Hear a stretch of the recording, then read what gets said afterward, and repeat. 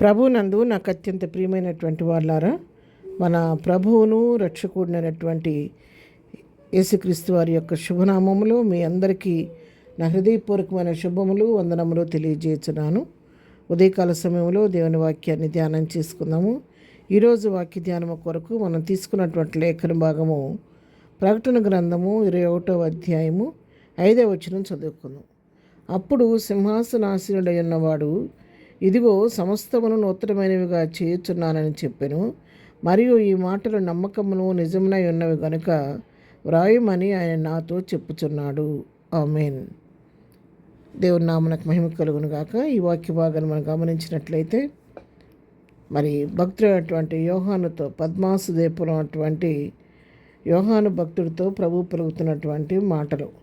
యోహాను ఈ మాటలు మనకు తెలియచేస్తున్నాడు. పరలోకం నుండి ప్రభు దూత యోహానుతో మాట్లాడుతూ అనేకమైనటువంటి గూఢమైన విషయాలు, మర్మమైన విషయాలు తనకు బోధిస్తూ తెలియచేస్తూ మరి ప్రత్యక్షతలు అతనికి అనుగ్రహిస్తూ ఇక్కడికి వచ్చేసరికి 21వ అధ్యాయానికి వచ్చేసరికి మరి క్రొత్త ఆకాశాన్ని, క్రొత్త భూమిని యోహాను భక్తుడికి చూపిస్తూ ఉన్నాడు.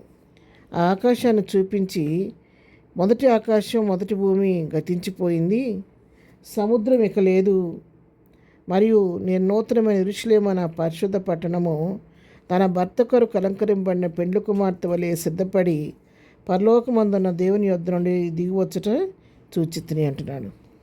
మరి క్రొత్త ఆకాశాన్ని, క్రొత్త భూమిని చూస్తున్నాడు. అంటే ఇక్కడ యోహాను భక్తుడు మొదటి ఆకాశం, మొదటి భూమి గతించిపోయిందంట, సముద్రం కూడా ఇక లేదంట. లేనప్పుడు ఆయన ఒక దృశ్యం చూస్తున్నాడు. ఏం దృశ్యం అంటే, పరలోకం నుండి నూతనమైన యెరూషలేము అనే పరిశుద్ధ పట్టణము తన భర్త కొరకు అలంకరింపబడిన పెండ్లి కుమార్తె వలె సిద్ధపడి పరలోకమందున్న దేవుని యొద్ద నుండి వచ్చుట చూచుతుని అంటున్నాడు.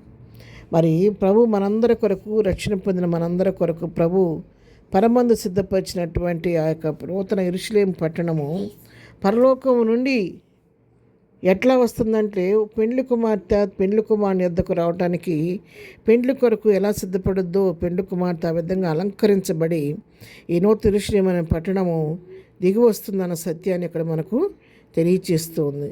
అయితే దేవుని నివాసం ఎవరితో ఉందంటే మనుషులతో కూడా ఉందని, ఆయన వారితో కూడా కాపురం ఉంటాడన్న సంగతులు కూడా, వారు ఆయన ప్రజలై ఉంటారనే విషయాన్ని కూడా ఇక్కడ మనకు తెలియచేస్తూ ఉన్నాడు. అప్పుడు ప్రభువు తాను స్వయంగా తన బిడ్డల యొక్క కన్నీటిని తుడిచి ఆయనకు ఆనంద బాష్పాలు అనుగ్రహించే దేవుడుగా ఉన్నాడు.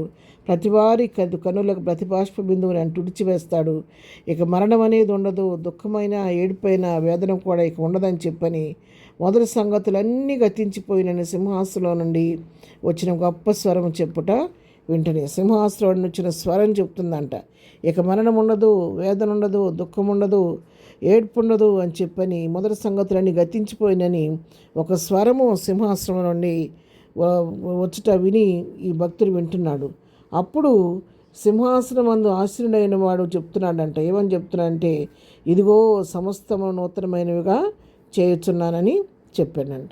సింహాసనం అందు ఆసీనటువంటి మరి దేవుడు తెలియజేస్తున్నాడు, సమస్తము నూతనమైనవిగా నేను చేయుచున్నాను అని చెప్పినప్పుడు ఈ మాటలు భక్తుడితో చెప్తున్నాడు. ఈ మాటలు నమ్మకమును నిజమునై ఉన్నవి కనుక రాయమని యోహానుతో చెప్తున్నాడంట. అవును పిల్లారా, మరి రక్షణ పొందిన మనందరం కూడా ప్రభు దగ్గరికి వెళ్ళడానికి, ఎత్తబడే గుంపులు ఉండడానికి ప్రయాసపడుతున్నాము, సిద్ధపడుతున్నాము. ప్రభు నీ కొరకు, నా కొరకు ఆయన యోహాను సువార్త 14వ అధ్యాయంలో చెప్పినట్టుగా, నేను మీకు స్థలం సిద్ధపరచ వెళుచున్నాను, నేనుండి స్థలములో మీరును ఉండలాగున ఫలం సిద్ధపరిచిన తర్వాత మరలా వచ్చి నేను మిమ్మల్ని తీసుకొని వెళ్తానని చెప్పాడు. స్థలం సిద్ధపరిచిన దేవుడు, ఆ పరలోకపు నూతన యెరూషలేము పట్టణాన్ని నీ కొరకు, నా కొరకు సిద్ధపరిచిన దేవుడు ఆ పట్టణం దిగివచ్చడం భక్తుడు చూస్తున్నాడు. అక్కడ మరణం కానీ, దుఃఖం కానీ, ఏడుపు కానీ, వేదన ఉన్నదని తెలియజేస్తున్నాడు. పాత సంగతులన్నీ గతించిపోతాయి అని తెలియజేస్తున్నాడు.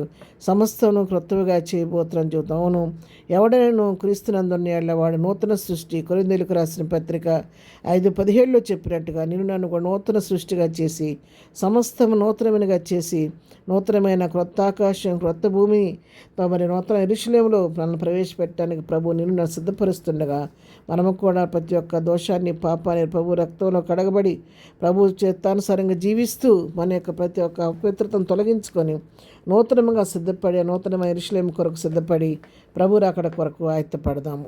ప్రార్థన. ప్రేమగల తండ్రి, ఉదయకాలం మాకు ఇచ్చిన శ్రేష్టమైన వాక్య భాగాన్ని బట్టి నీకు వందనాలు.